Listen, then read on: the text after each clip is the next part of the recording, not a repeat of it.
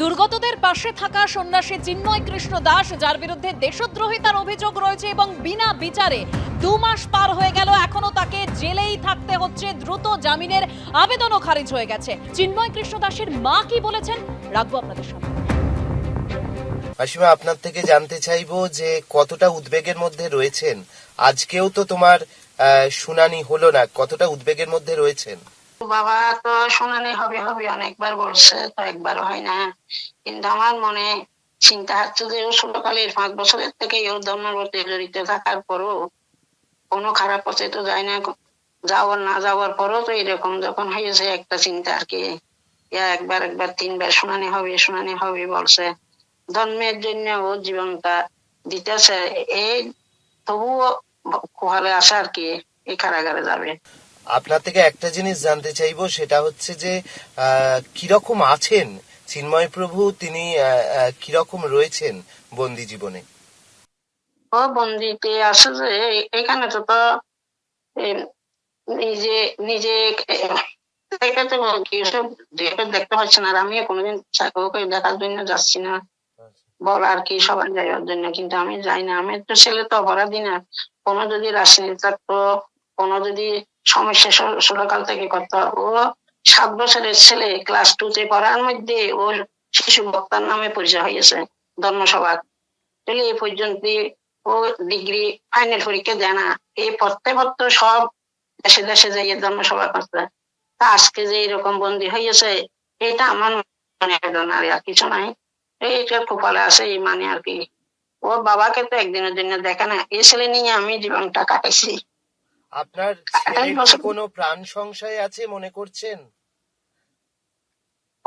ও যখন 3 বছরের আগের থেকে ও রোগটা ইন্ডিয়ার থেকে ওষুধ খাচ্ছে না, ও তো রুটি খাচ্ছে, অন্য খাই না। 3 বছরের থেকে ও চর্বি বেড়েছিল প্রায় 10 কেজির মতন, 2 কেজি হলে ও ইয়া করবে। তো এখন যে এখানে যে রয়েছে, এটা আমার মনে ভয় আছে আর কি, বিমাস হয়ে যাচ্ছে। তবু যখন আহের বাইর হয় না, কি হতে কি হয়। ফোনে যোগাযোগ হয়েছিল ওনার সঙ্গে? ফোনে 1-2বার হয়েছে আর কি। বলছে যে ওই কেমন আসি ও যে চিন্তা করছে, ও আসার আগে আমি মরে যাব, আমার জন্য সবসময় চিন্তায় আছে। আমি বলছি যে না, তোমার বাবা মারা যখন গেছে আমি মরি না, আর এখন মরবো না, চিন্তা করবে না। ওকে বিশ্বাস দিছি আর কি। প্রথমবার মুখ খুলল সন্ন্যাসী চিন্ময় কৃষ্ণ দাসের পরিবার। এবিপি আনন্দের প্রতিনিধি অর্ণব মুখোপাধ্যায়ের সঙ্গে সেই কথোপকথন আপনাদের সামনে রেখেছিলাম, একেবারে এবিপি আনন্দে এক্সক্লুসিভ। সন্ন্যাসী চিন্ময় কৃষ্ণ দাসের মায়ের বক্তব্য আপনাদের সামনে রেখেছিলাম। এবার আমি অর্ণবের কাছে যাব। অর্ণব, দ্রুত যে জামিনের আর্জি তাও খারিজ হয়ে গেছে। হাইকোর্টে 165 নম্বর শুনানি চলছে, সন্ন্যাসী চিন্ময় কৃষ্ণ দাসের শুনানি 249 নম্বরে রয়েছে। একদিকে 2 মাস পেরিয়ে গেল, এখনো বিচারাধীন অবস্থায় রয়েছেন, জেলে বন্দী। আর কতদিন তাহলে জেলে থাকতে হবে সন্ন্যাসী চিন্ময় কৃষ্ণ দাসকে? এই প্রশ্ন তো উঠছে অর্ণব। অবশ্যই দেখো, তার বৃদ্ধ মা তিনি বললেন, সন্ধ্যারানী ধর, যে ঠিক কতটা উদ্বেগের মধ্যে তারা রয়েছেন। তার কারণ ওষুধ পৌঁছচ্ছে না, তারা যথেষ্ট উদ্বেগের মধ্যে রয়েছেন। বিষয়টা হচ্ছে বাংলাদেশের এই যে হাইকোর্ট, যেটা সুপ্রিম কোর্টের আন্ডারে রয়েছে, সেই হাইকোর্ট মূলত সেখানে কাজগুলো হয় রবি এবং সোমবার। গত রবি এবং সোমবার শুনানি হয়নি। আজকেও তারা অপূর্ব কুমার ভট্টাচার্য, যিনি হচ্ছেন চিন্ময় কৃষ্ণ দাসের যিনি আইনজীবী, তিনি কিন্তু আজকে বিষয়টি মেনশন করেন। কিন্তু আজকেও আদালত তারা মেনশন করেছিলেন মূলত যাতে এইটা 249-এ রয়েছে, সেই জায়গায় কিছুটা এগিয়ে নিয়ে আসা যায়। আজকে 165 চলছে, 249 থেকে যদি এগিয়ে এনে আজকে শুনানি করা সম্ভব হয়। অপূর্ব কুমার ভট্টাচার্য তিনি এই সওয়াল করেছিলেন, কিন্তু আদালত সেটাতে কিন্তু মান্যতা দেয়নি। আদালত বলেছেন যে শিডিউলে আসার সেই শিডিউলেই আসবে। এবং স্বাভাবিকভাবে আজকে যদি 165 হয়, নেক্সট রবি সোমবারের মধ্যেও আদৌ এটা আসবে কিনা সন্দেহ। তার আইনজীবী বলছেন হতে পারে যে নেক্সট সোমবার শুনানি হবে, কিন্তু সেটা আসবে কিনা সন্দেহ। ফলে তার কিন্তু শুনানি হচ্ছে না, তিনি আটকে রয়েছেন জেলেতে। এবং সন্ন্যাসী মানুষ, তার খাওয়া দাওয়ায় রেস্ট্রিকশন রয়েছে, ওষুধ রয়েছে। এবং তার পরিবারের যেটা বক্তব্য, আজকে তার মা বলেছেন যে এই ধরনের দেশদ্রোহিতার অভিযোগ, রাষ্ট্রদ্রোহিতার অভিযোগ যার বিরুদ্ধে দেওয়া হয়েছে, সম্পূর্ণ মিথ্যে কথা।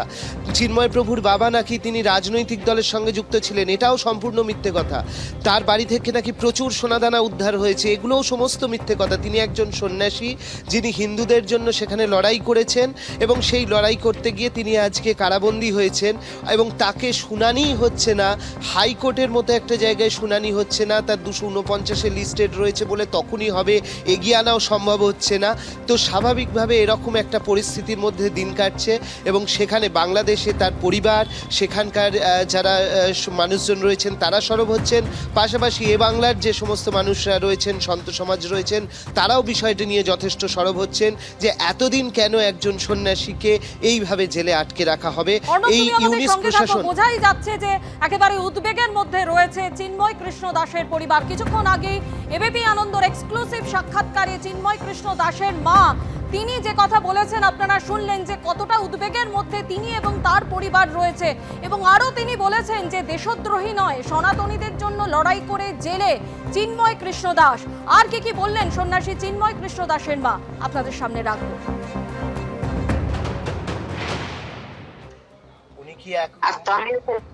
উনি কি কোনোভাবে মানে ভেঙে পড়েছেন না এখনো সেই একই জায়গায় রয়েছেন যে ওখানের হিন্দুদের হয়ে উনি লড়াই করে যাবেন?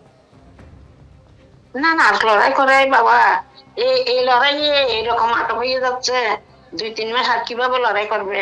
বাংলাদেশে তো আইন নাই, আইন থাকতো না, লড়াই করলে তো হতো, কিন্তু এখন তো আইন নাই।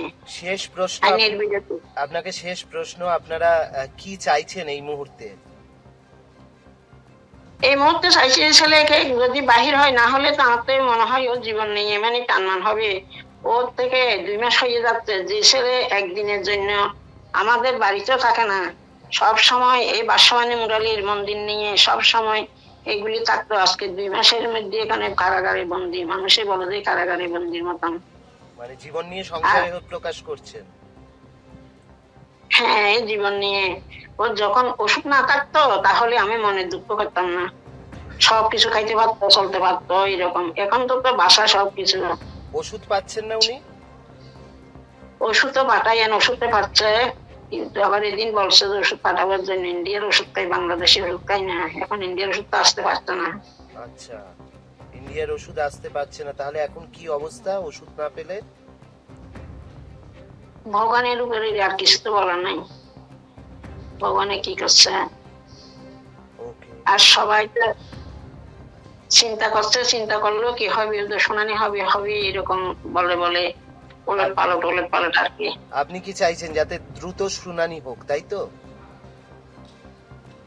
আমি ওর শরীরের জন্য চাইছি, যে শরীর তো ওই 2 মাস হয়ে যাচ্ছে, এখন শরীর যখন ভাঙিয়েছে, ওর বাবা যখন স্ট্রোক করে হঠাৎ একটা ভালো মানুষে চলে গেছে, ও জন্মের আগের দিন।